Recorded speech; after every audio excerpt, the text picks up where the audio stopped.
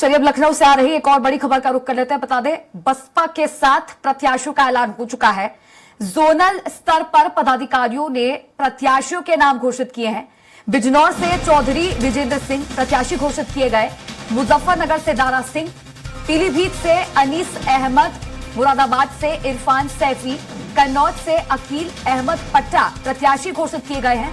अमरोहा से डॉक्टर मुजाहिद हुसैन उर्फ बाबू भाई और सहारनपुर से मजीद अली प्रत्याशी घोषित किए गए हैं। बता दें कि 7 में से 5 मुस्लिम प्रत्याशी उतारने पर गठबंधन के लिए चुनौती बन सकती है।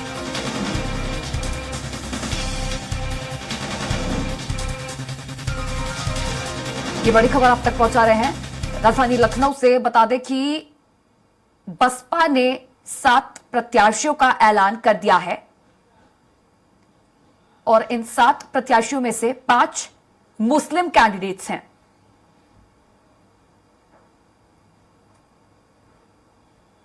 जानकारी के लिए बता दें कि हालांकि अभी आधिकारिक तौर पर इन 7 प्रत्याशियों के नामों का ऐलान नहीं किया गया है। जल्द ही बसपा सुप्रीमो मायावती सूची पर मुहर लगाएंगी। अब इसी पर अधिक जानकारी साझा करने के लिए संवाददाता घनश्याम लाइव जुड़ चुके हैं। घनश्याम, बसपा ने 7 प्रत्याशियों का ऐलान कर दिया है और देखा जाए तो इन 7 में से 5 मुस्लिम कैंडिडेट्स हैं। क्या लगता है जो कांग्रेस और सपा का गठबंधन है, क्या ये बड़ी चुनौती बन सकते हैं 5 मुस्लिम कैंडिडेट्स?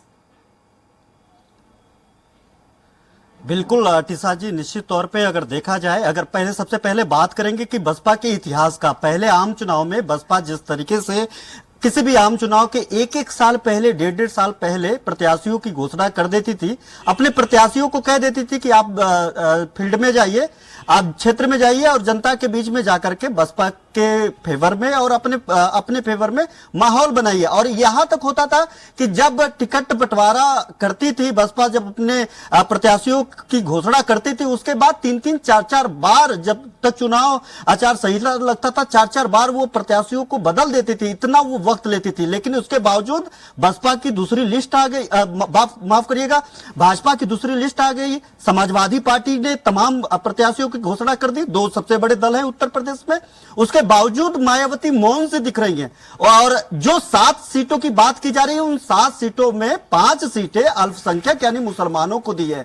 इससे सीधे तौर पे चुनौती इंडिया गठबंधन के तौर पे देखा जा रहा है। और पिछले आंकड़ों की बात की जाए, और पिछले, चाहे वो विधानसभा चुनाव को लेकर के हो, मेयर चुनाव को लेकर के हो, 17 सीटों के मेयर चुनावों पे जहां पे बसपा ने प्रत्याशी उतारा था, उसमें अधिकतम लोग जो है 9 लोग बसपा की तरफ से मुस्लिम प्रत्याशी थे। नतीजा यह रहा कि 17 की 17 सीटें समाजवादी पार्टी हार गई और 17 की 17 सीटें भारतीय जनता पार्टी मेयर के लिए जीत गई।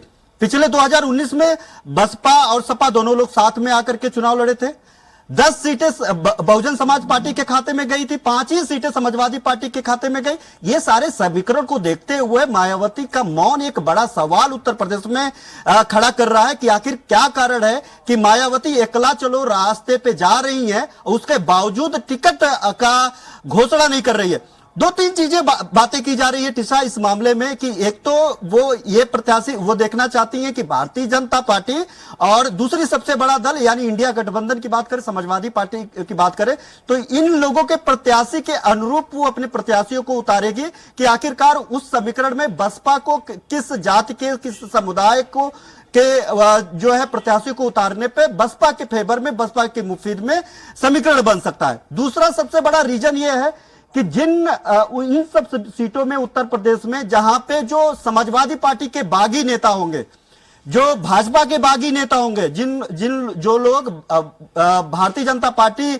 में दावेदारी पेश कर रहे हैं, अगर उनको टिकट नहीं मिलेगा, ऐसे बागी नेताओं को बसपा जो है टिकट दे सकती है। उसका सबसे बड़ा एक परिणाम हम लोग देख सकते हैं कि उन्नाव से वहां पे पूर्व वरिष्ठ पत्रकार को, जो पिछली बार विधानसभा में भारतीय जनता पार्टी से दावा कर रहे थे, भारतीय जनता पार्टी ने उन्नाव से वहां पे विधानसभा चुनाव नहीं लड़ाया है वरिष्ठ पत्रकार अशोक पांडे जी को, तो उन्होंने निर्दलीय पर्चा दाखिल कर दिया था। हालांकि भारतीय जनता पार्टी ने काफी मनाया तो अशोक पांडे ने पर्चा वापस ले लिया। अब अशोक पांडे को उन्नाव से बीएसपी ने प्रत्याशी उतारा है, यानी वो भारतीय जनता पार्टी के एक बागी नेता हैं जिनको बीएसपी अब टिकट दे रही है। तो ऐसे कई समीकरण हैं, कई आंकड़े हैं। इससे ये तो भी साफ है कि इससे ध्रुवीकरण काफी ज्यादा बढ़ेगा और मायावती पर लगातार इस बाबत विपक्षी दल, खासतौर पे अगर बात करें तो समाजवादी पार्टी, कांग्रेस के लोग, कांग्रेस तो हालांकि बोलने से बचती रही है क्योंकि उसको अंतिम तक उम्मीद थी कि बीएसपी इंडिया गठबंधन का हिस्सा हो सकती है। यहां तक की चर्चा की जा रही थी कि उनको मायावती को प्रधानमंत्री पद के दावेदार और इनको चेहरा भी घोषित किया जा सकता है। तो इसलिए कांग्रेस तो बोलने से बची, लेकिन गाहे बगाए समाजवादी पार्टी बीच बीच में बोलते रहती है कि वो जिसका खाना उसका दाना।